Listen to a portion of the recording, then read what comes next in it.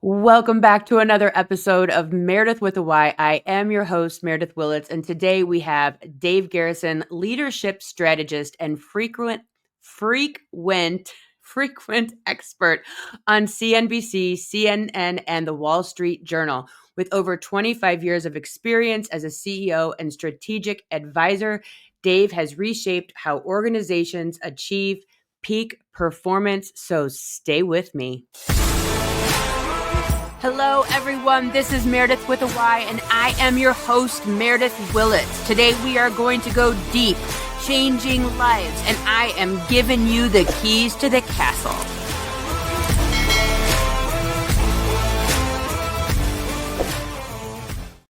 Dave, thanks so much for having me on and your patience with my word strategist. Jesus, it's strategist, not even. I didn't even get that right.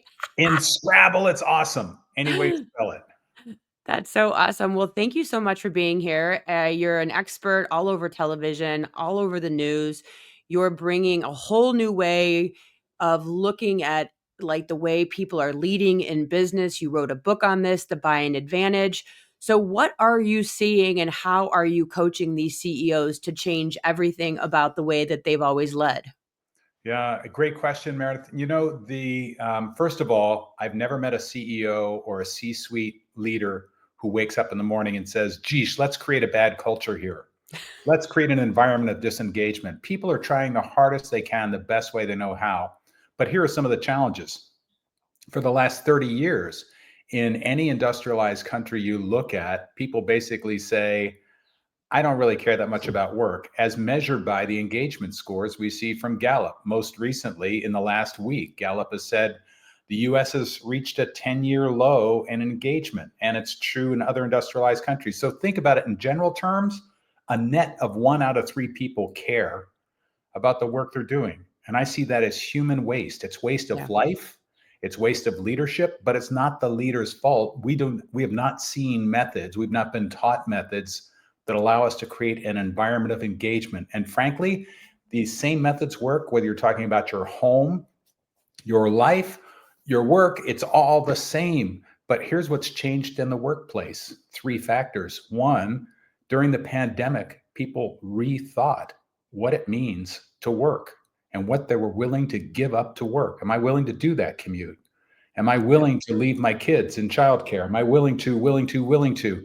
And so work has to have a more meaningful purpose to make it worthwhile to sacrifice. So people are looking for purpose more than they ever have. Yeah. 2, Generation Z, those lazy kids, those kids who don't really want to work, who have no work ethic, which is exactly what the elders have said about every single generation, including you and me, that have come along. But Gen Z is different, as every generation is different. And these are generalizations, but different because in addition to money, it's important to have impact. Yeah. How am I making a difference? It's important for values alignment, and it's important for purpose. So 3 things they're looking for in the workplace. And it costs organizations 0 to provide what they're looking for. The myth that leaders have is that money is what counts, and turns out not so much. And the third trend is uncertainty.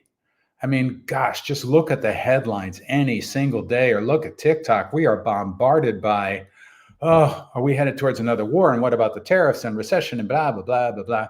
And so leaders have the opportunity, and I think an obligation, to provide certainty so that people are not distracted, to give them a sense of comfort in the environment. So 3 things have changed that have put new demands on leaders that, frankly, leaders didn't need because there's already enough to do. Well, it's interesting because I think that a lot of people that what I'm seeing on TikTok, I made a video it's going viral on Instagram right now about, would we rather pay for childcare, so that parents can work and put their kids in a safe environment where they're, raised up and playing with friends, or would you rather pay for prisons? And people are like, I'm not paying for your childcare. I didn't have anyone pay for my childcare. I had it rough. It's like, bro, no offense, but childcare is like $2,000 a month per child right now. Like, you didn't have it that bad either. Like, I remember paying like $100 a week for childcare.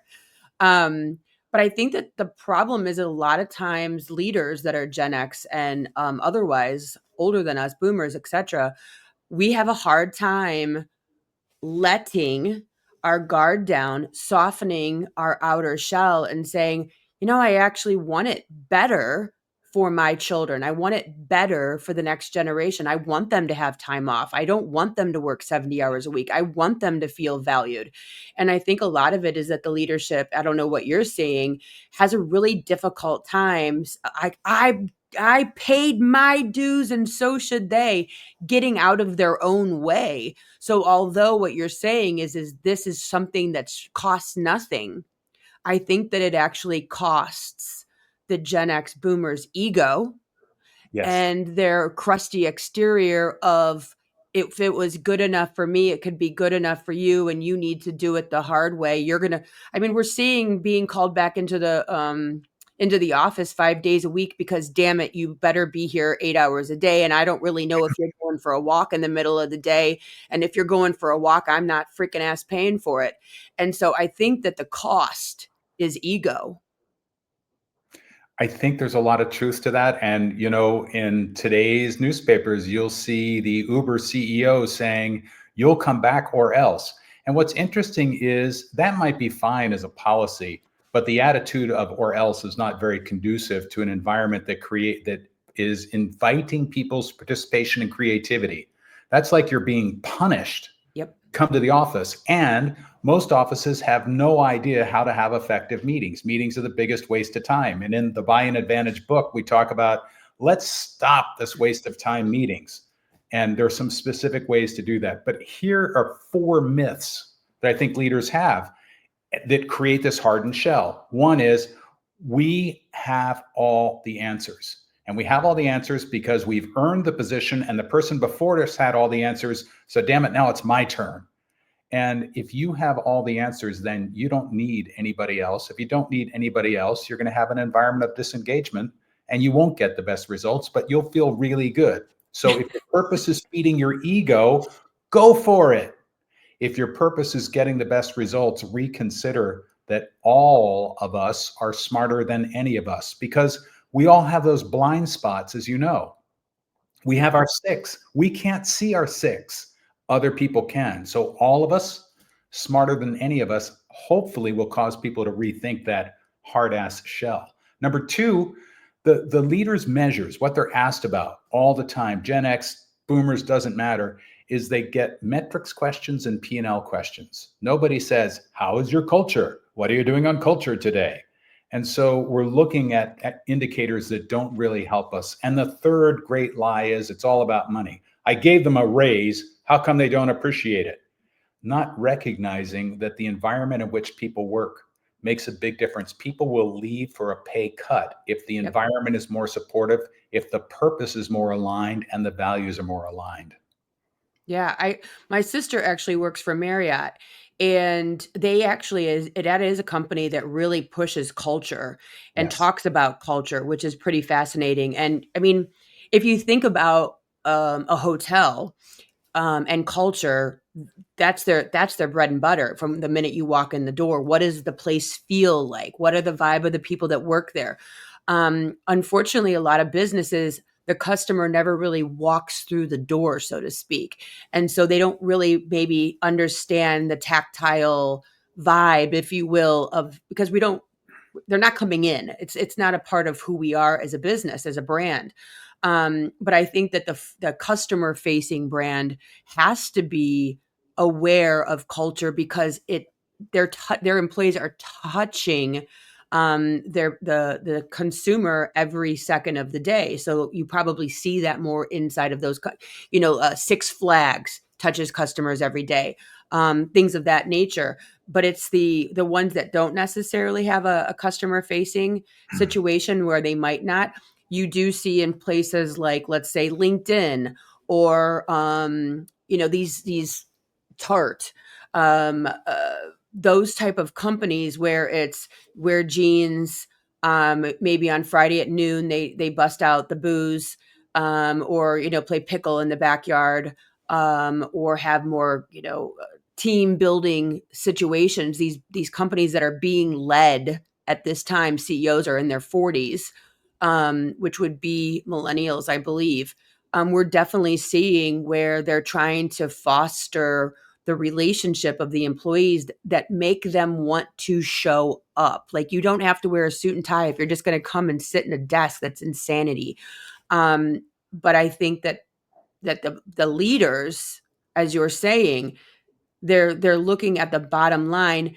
And I talked to a gal the other day on the podcast where it was like, she talks about leading from the ground up, right? The people who are touching the clients and customers and teaching the bosses, hey, this is what is needed.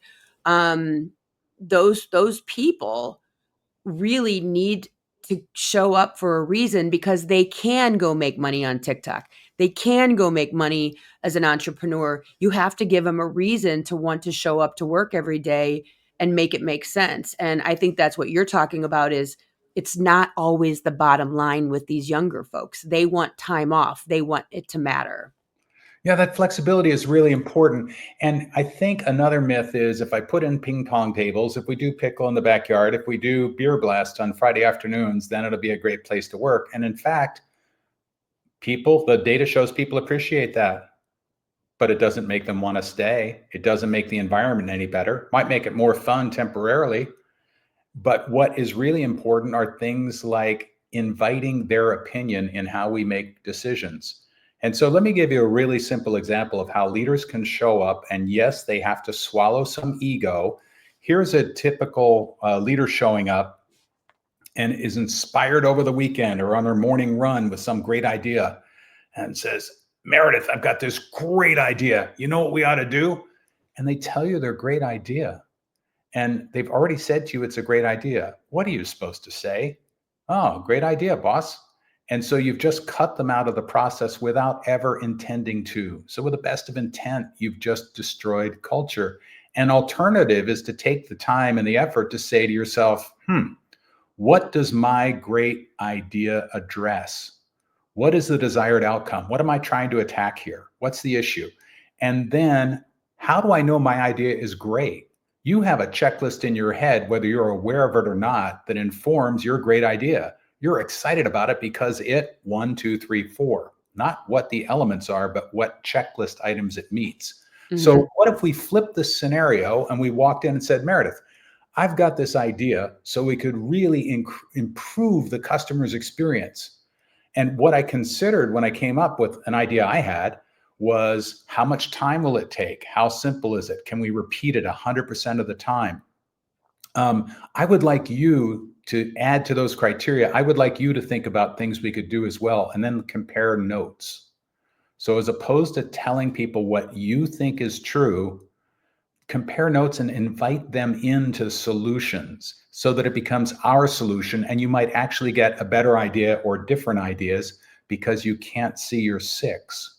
And so we, in the book, The Buy-in Advantage, we call this leaders go last, except when it comes to vulnerability, and then leaders are first.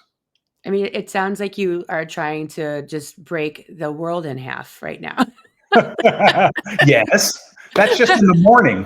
Hey, can you go to my parents' house and have a conversation with like them and just be like, hey, Meredith's got great ideas. You should listen to her. Which I always laugh, because I remember this one time, you'll get a kick out of this. I was telling my mom about Trader Joe's. This was like forever ago, right? Like when from Trader Joe's, I'm like, Mom, you got to see this place. It's awesome. It's great meals for like, 2 people. Like it's great. It's small, it's 1 can of diced tomatoes instead of 40. And hey, on Saturdays, they actually have a farmer's market in the parking lot. So like, let's one up it, right? And and then it had to be like 6 months later. She's like, Meredith, Nancy called me and told me about this place called Trader Joe's. And on Saturday, they have a farmer's market. And I'm just like, bruh, I literally told you about that 6 months ago. And I'm seeing with so I'm Gen X, I'm seeing with my generation and myself anyways, I'm really open to listening to my 16-year-old tell me what a shitty parent I can be. Like I really like take it. I'm like, and I actually just made a video about this. I'm like, if you're not listening to your kids, you're missing out.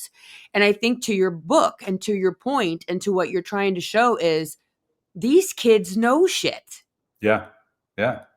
They have an experience that's not yours, and they see the world differently than you do, and we can learn from them. So an example with your kid is if you're concerned about setting a ground rule about time to be in on Friday nights or Saturday nights, how about if you set the desired outcome?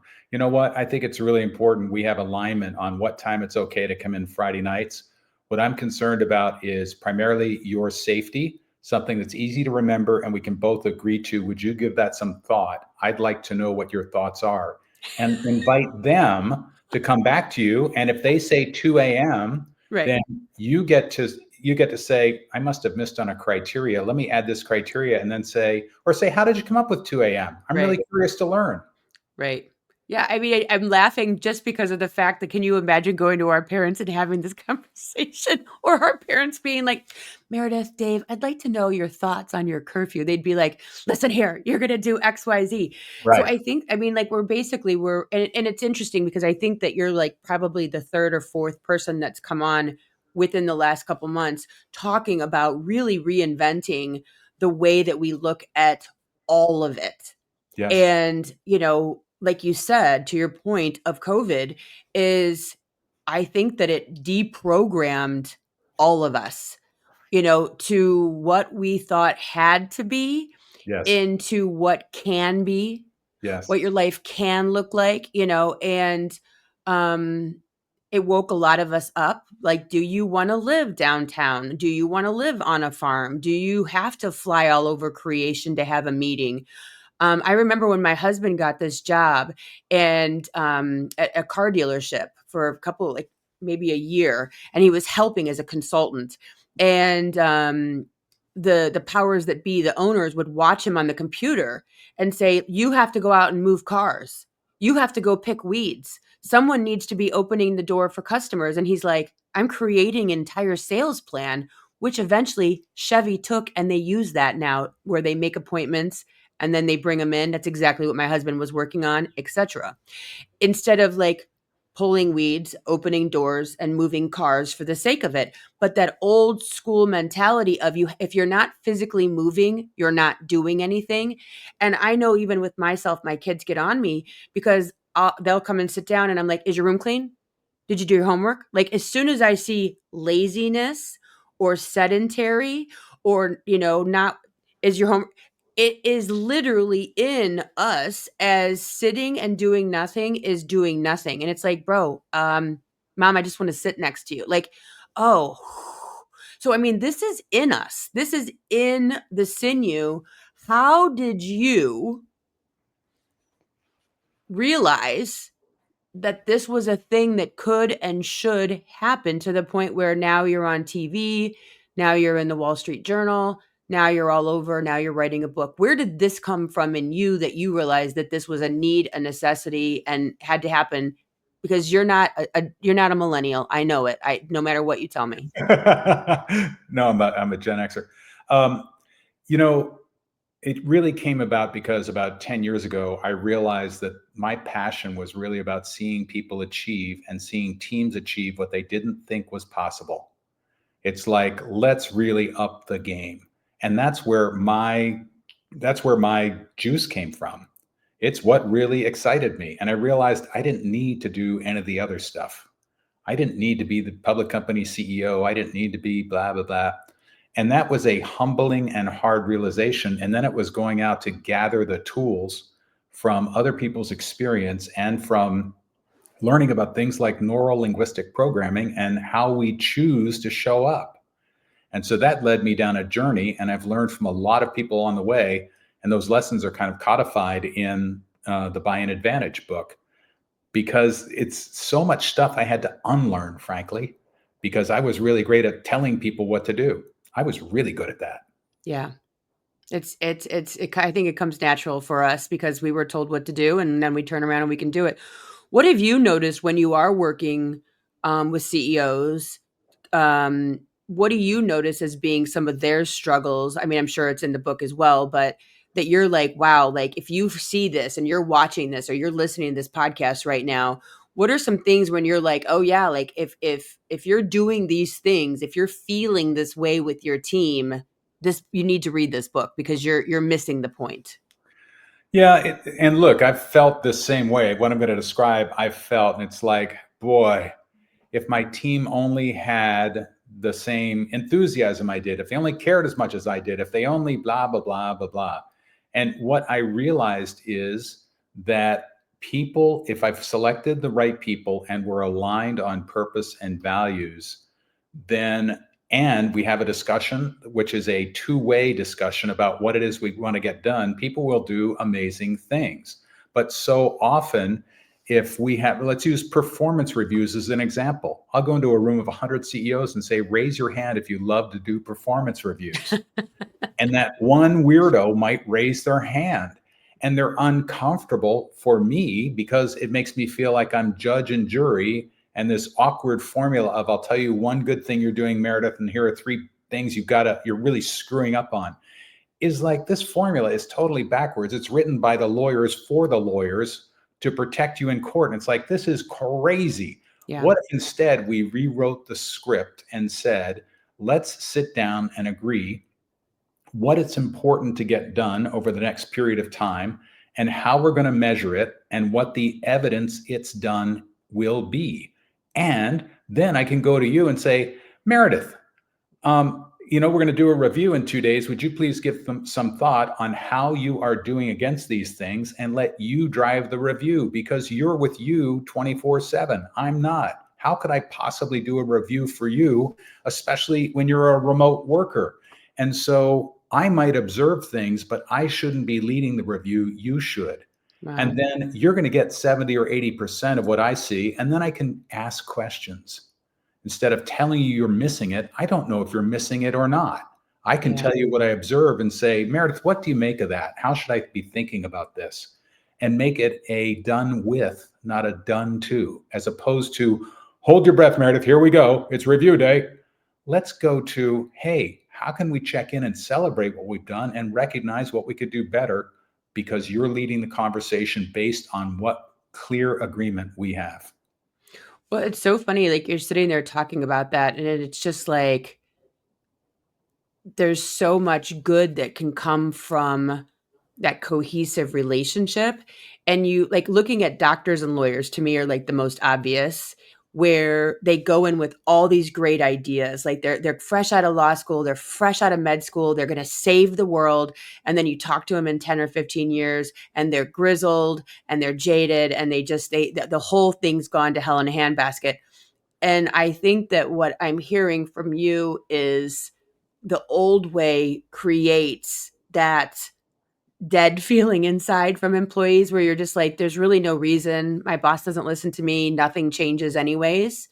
Right. And the new way is, at 10 years, at 15 years, your employees are still invigorated. They're still excited to be whomever they aspired to be out of school, and they're still making that difference. And my thing is, if someone respects their boss and the vision and the mission, it's that old adage, like, they'll go through a wall for you, right? They'll do it. They'll like, where are you going, boss? Like, what do you need from me, boss? Right. And I think that we get apathetic employees and apathetic middle management when they are working with CEOs and bosses who they know, if I walk in with 22 good ideas, I'm going to walk out with 22 of them most likely shot down, because he's the smartest guy in the room and he's not putting that sword down anytime soon. And they don't realize that then you have employees that just, like, they do just show up. They do use a mouse mover, if you know what.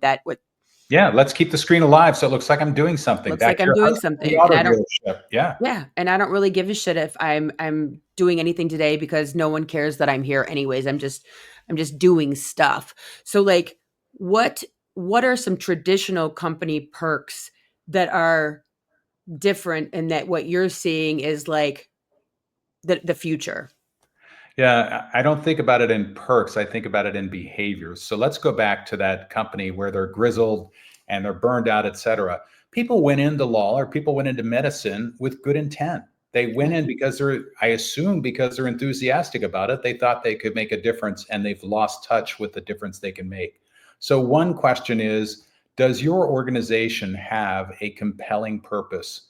Compelling purpose is a simple phrase that addresses the question of why bother? Why bother? So back in the day, Walt Disney had two simple words: create happiness.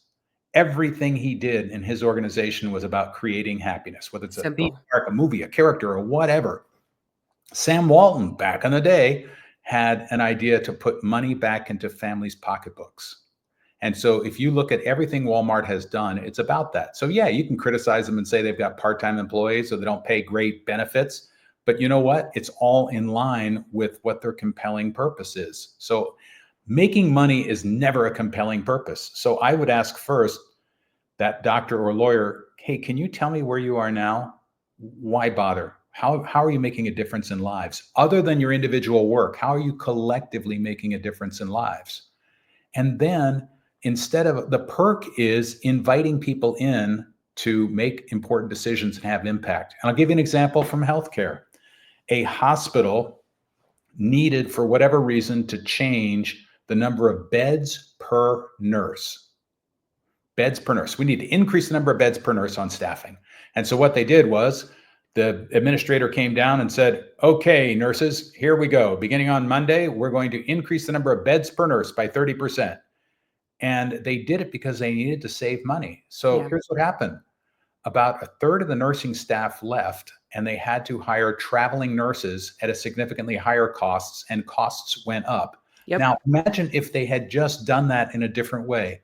Imagine if the administrator had said, you know what, we have an edict that says we need to increase number of beds per nurse. That's the desired outcome. The criteria is something we need to be able to implement that's within the law, that we can do and not destroy ego or cause people to leave. What are your ideas on how to do that? And invite the nurses in, because the people doing the work actually have the best ideas. Yeah. Yeah, I mean, and just even thinking about the logistics of that, 30 nurses, 30 beds, one nurse, that means you're like 2 minutes per bed per hour, Yeah. or whatever, per minute or whatever. Like and you have to say, like, just so you know that that's what it looks like. So if I even need to bring somebody, like, I'm literally in and out of their room in seconds. And the logistics, and I know regular nurses make X and traveling nurses make X times 2, at Yeah. least, sometimes time 3, sometimes with signing bonuses. So yeah, it is. But that goes back to putting the ego away. So with everything that we're talking about here, when do you think it is? What does it happen when the employee just out and out stops caring? It's easy. You'll see a couple of things. They'll do just what's asked and no more. You'll see sick days go up. You'll see turnover go up. You'll see participation in meetings, head nodding, donkey nod, as one of my clients calls it, which is great. People just don't care, and you'll know it. You don't have to ask. What's the difference between walking into Nordstrom's and walking into DMV to get your license renewed? Do you have to see a poster on the wall? Do you have to ask anybody what it's like there, or can you feel it?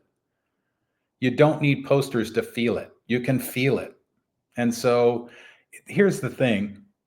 If the person next to me doesn't care and it's okay, it's giving me permission not to care. It's like an insidious disease that runs through the organization. And so if that's okay, then that's okay. And the boss will just tell you what to do. And you say, sure, I'm glad to do it. And you can have a great attitude. So it's not about, are we doing what we're asked? It's about, are we bringing our full selves to work? Are we bringing Friday night lights?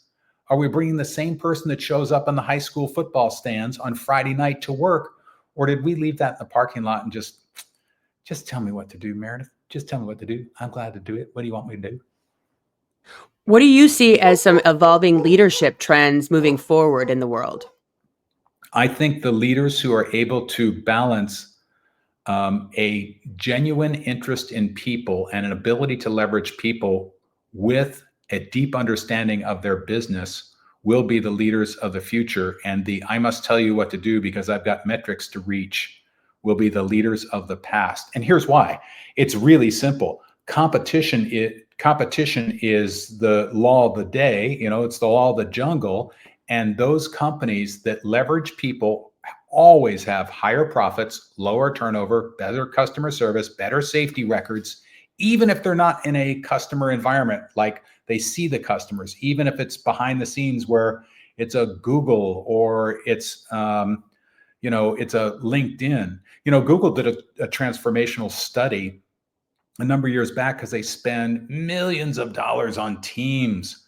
And so they were curious what makes the best teams. As you know, Project Aristotle, they said, oh, it's probably the smartest people. Oh, it's the people who went to Oxford and Harvard. Oh, it's the people who worked the hardest and put in the longest hours. They found the most effective teams are, in fact, the teams where it's the highest degree of trust. So the question is, as a leader, how can you create an environment of trust? And there are two prerequisites we've seen in game-changing organizations that create environments of trust. The first one is recognize human beings, not human doings. So recognize people as people. And that's like asking, how are you doing? And if they say fine, fine is an acronym for feelings inside never expressed. So if you just drive right by fine and you go, okay, here's what I want you to do, you've just said, I don't care about you as a human. But if you ask, hey, what are you celebrating personally? I'm really curious to know. Or, tell me about where you grew up, or something about them as a human. So connect with humans is the first prerequisite of trust. The second is to have a safe space, as you know, psychological safety, as it's called, which means vulnerability, which means the leaders have to go first. You have to be vulnerable as a leader. And you might say, you know what? I have a lot of experience. I may not have all the answers, or I'm not sure the best way to do this, or I would really appreciate your help in getting this done. So being vulnerable first creates this environment of trust. Trust creates results. When I'm listening to you and you said, what are you celebrating right now versus how are you doing? Like those are literally game-changing polar opposites. I remember when I worked before I married my husband and I knew everything about my boss's family. Like when I say like their kids, their spouses, their kids, what their wife's doing, like everything.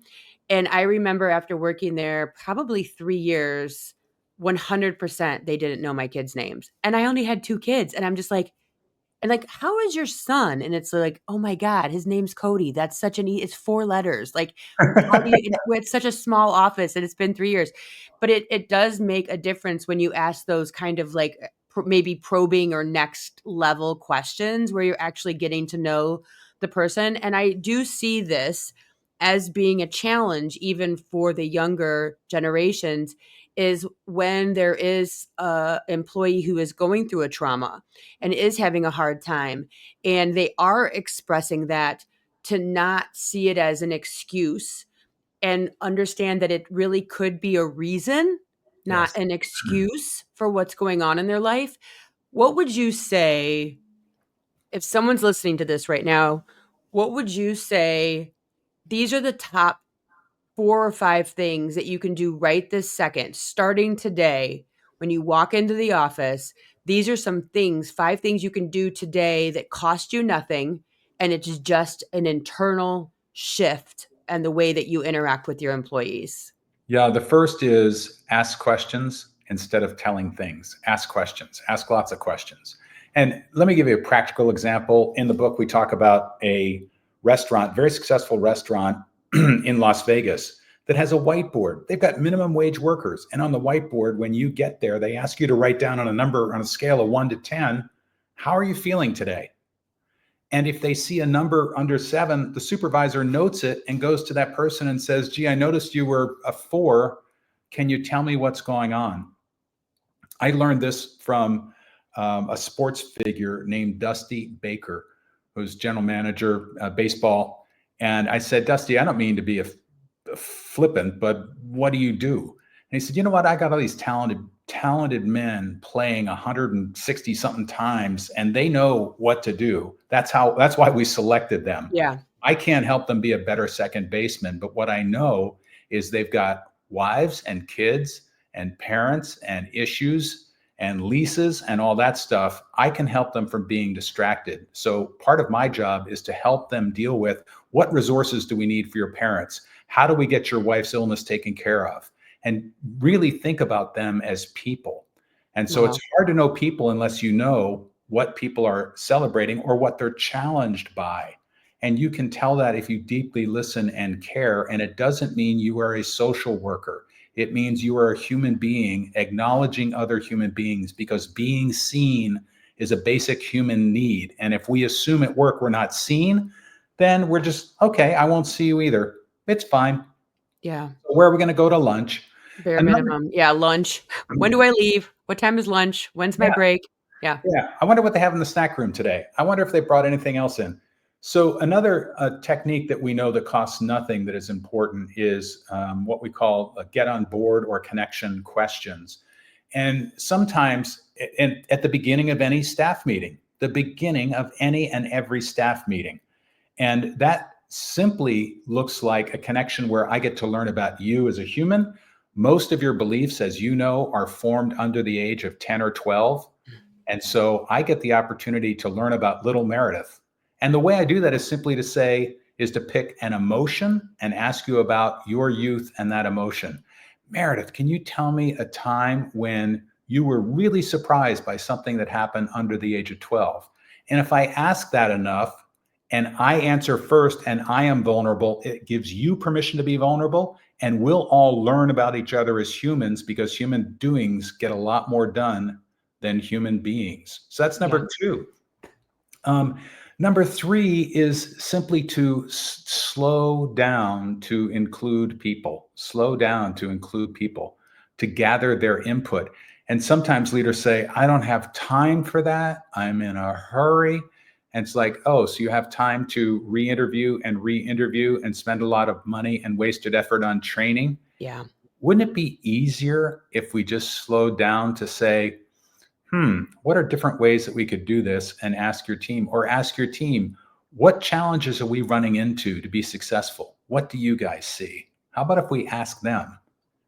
Because what they tell us, the words that they choose, are as important as any metrics. The challenge with the KPIs, the challenge with the P&L, it tells us what happened 6 months ago, which is Mhm. awesome. But that's like driving down 405, looking in the rearview mirror at 80 miles an hour. It's Yeah. insane, but we do it again and again and again when we could look at the here and now, which is people's experience. Yeah. I mean, it's so good. Those are so easy too, and when you were talking right there, I was thinking, about some of my jobs that I've had in my life where I actually had a boss, and, the boss wasn't me, and I was thinking about, like, how great it would have felt to be like, like, "How you doing today?" Or, like, "Boy, the you did a great job cleaning up your cash register area," or like, just anything, and it's instead of like, "Oh, you left some dust over there," or "There's some dirt," and like, even me talking to you right now, I find that in my parenting, like, instead of saying, "Wow, your room looked really great this morning," I'm like, "Hey, there's still some crap next to your bed." Like, instead of finding the flaws and the faults, we start Right. looking and finding the 80% that's good instead of the 20% that's bad, but we just I think that we just have to maybe think about what we would wanna hear, what would inspire us, what would make us wanna work harder, and what we do. I mean, everyone has a boss unless you're the owner, so, like, what's ownership saying to you if you're the CEO? What makes you work harder as a CEO? Is it only the bonus? Yeah. Maybe, I don't know. Money's a very short-term motivator. And there's a phrase we use called Saturday night shootings that our team uses with clients. And Saturday night drive-by shootings are when you say, hey, Meredith, good job. And you're wondering, do you have any idea what I do? What do you mean, good job? I did 100 things. Which of the 100 things are you referring to? As Right. opposed to saying, hey, you know what? You did a really great job in making this area appear professional and neat, which really plays to our company value of fill in the blank. Yeah. I appreciate you doing that. It makes such a difference. That is a very different impact than saying, hey, good job. Yeah, it makes your spine straight. You know what I mean? Like, just even imagining hearing that, you're like, "Yeah, I guess I did do a good job," you know? And then you waltz on over to your location and you make it even better, like you fluff a couple other things like, "Huh, people are noticing." And I think that that's, maybe what we're missing is, it's okay if the next generation, it's okay if our employees don't have it as hard as us. It's okay if we say nice things. They're not going to take advantage of us. It's okay to get feedback. You don't have to take all of it, but you're really bringing people in.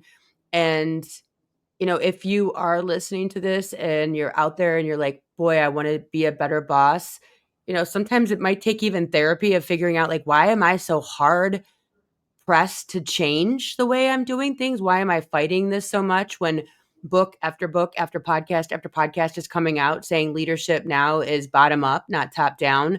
And that's the way to really connect with other businesses, your clients, your people that are buying off of you.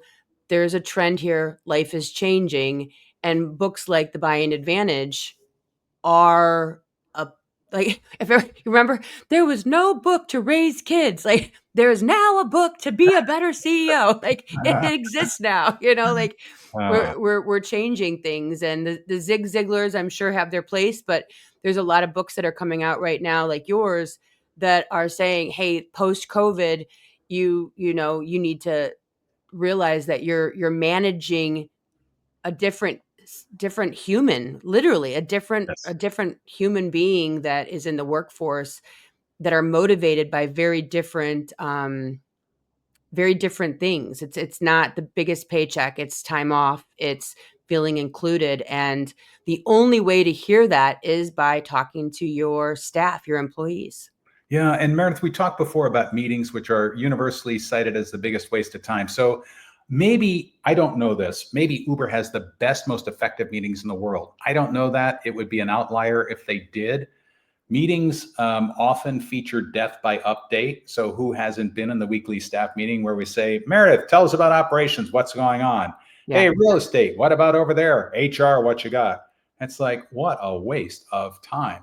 So meetings where so a couple things about meetings. The work has to be done before meetings to make them effective.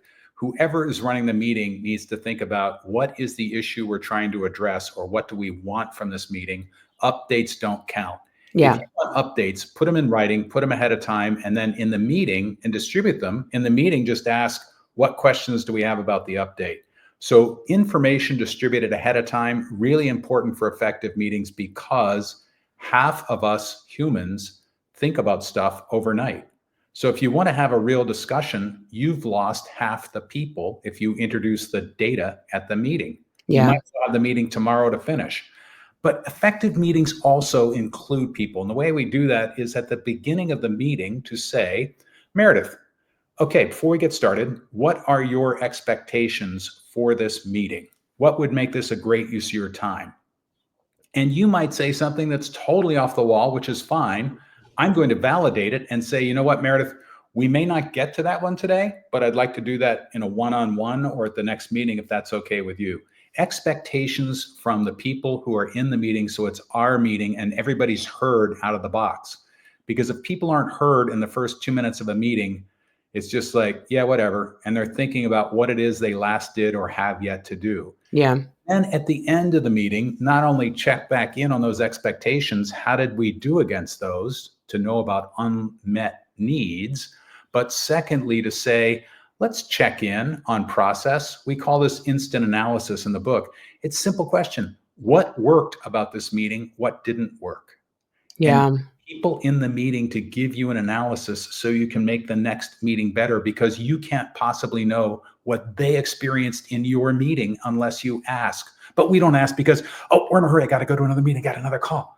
So it just says to me, one, you don't care if you have to go to another call. And two, you don't plan time very well, because you could 5 minutes before the end of the meeting have said, I want to make sure I understand what's our commitment, who's going to do what, and what worked and didn't work in Yeah. every single meeting, and let us co-create, done with, not done to, great meetings so we don't waste any more time. We don't have it to waste. I have a friend, he's a president of a bank, and he will only do 30-minute meetings. If you can't figure it out in 30 minutes, he's out. Like, you literally have him for 30 minutes and that is it. You better be very prepared to present or ask or whatever. And he's like, on to the next thing. If you can't get it done in 30 minutes, you weren't ready to begin with. Because sometimes I'll watch my husband and he'll be in meetings for like hours. And I'm like, how do you get anything done? All you do is sit in meetings all day. Like, I would die. I'm like, dude, your link, or what is it? Their Calendly, it needs to be 30-minute increments, and that's it. No hours at all. I mean, you're beating a dead horse at that point, or just being pleasant. Like, stop the insanity. Well, you know what? It tends to be ping pong. You watch two people argue about points. Another thing we talk about in the buy-in advantage is list all the different ideas and then simply do a silent vote. Just do a tally. I want you to apply all of your experience and tell me which idea you think would have the biggest impact, because we've already agreed on criteria. We've already agreed on desired outcomes. So based on your experience, I don't want to hear discussion. I want to hear where you'd place your votes. And then collectively, because all of us are smarter than any of us, we'll see what rises to the top. It doesn't mean we won't do the other ideas. It means we'll do this one first, because collectively we've agreed that's most impactful. No discussion, no debate. Don't waste my time. Yeah, I love that. And I think that a lot of times we think we know what everyone wants. I mean, I know as a mom, I do that. I think that I know what my family is going to choose, and then all of a sudden I present it and they choose something completely different. I'm like, thank God I asked. Like, what the heck? And like, that's true for any situation, at work or at home. It's like, why don't you just get everyone together and see, like this Christmas we did it. I'm like, do you guys want gifts or do you want to go on a trip? And I was shocked. They all picked a trip. And I was like, yes, I finally made it to the trip phase of life. Where did we go? We ended up going on a cruise for Christmas, which was super fun. But like that, like we went to Portugal for Thanksgiving, but that wasn't really giving up anything. But the Christmas, they had to give up all gifts to go. And so I was shocked that they went along with it, but boy, was I happy. Like, Nice. so yeah. So like, I think that we just need to communicate and put our egos aside. It's hard.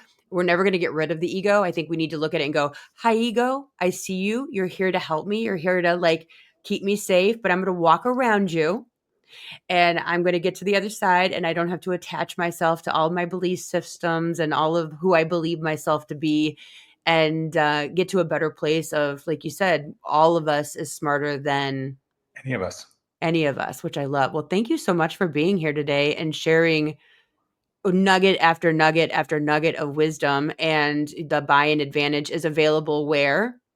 It's available at all your favorite book outlets beginning June 3rd. And you can go to buyinbook.com, BUYIN book.com, and you can download the free 46 techniques and questions for leaders to ask.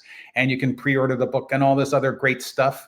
Download a sample chapter. So buyinbook.com is a place you can go, and also be available on Audible, and it'll be available in Kindle as well. I love that. Well, thank you so much for being here.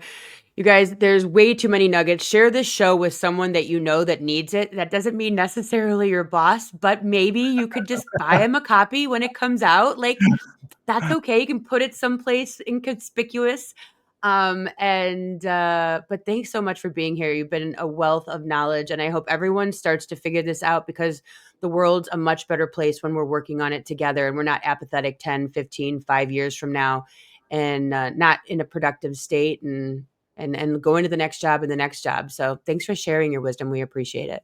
Meredith, thank you. Life is worth living, and being at a job is part of that, whether it's a job you create or you work for somebody else. So make it worthwhile. Get engaged.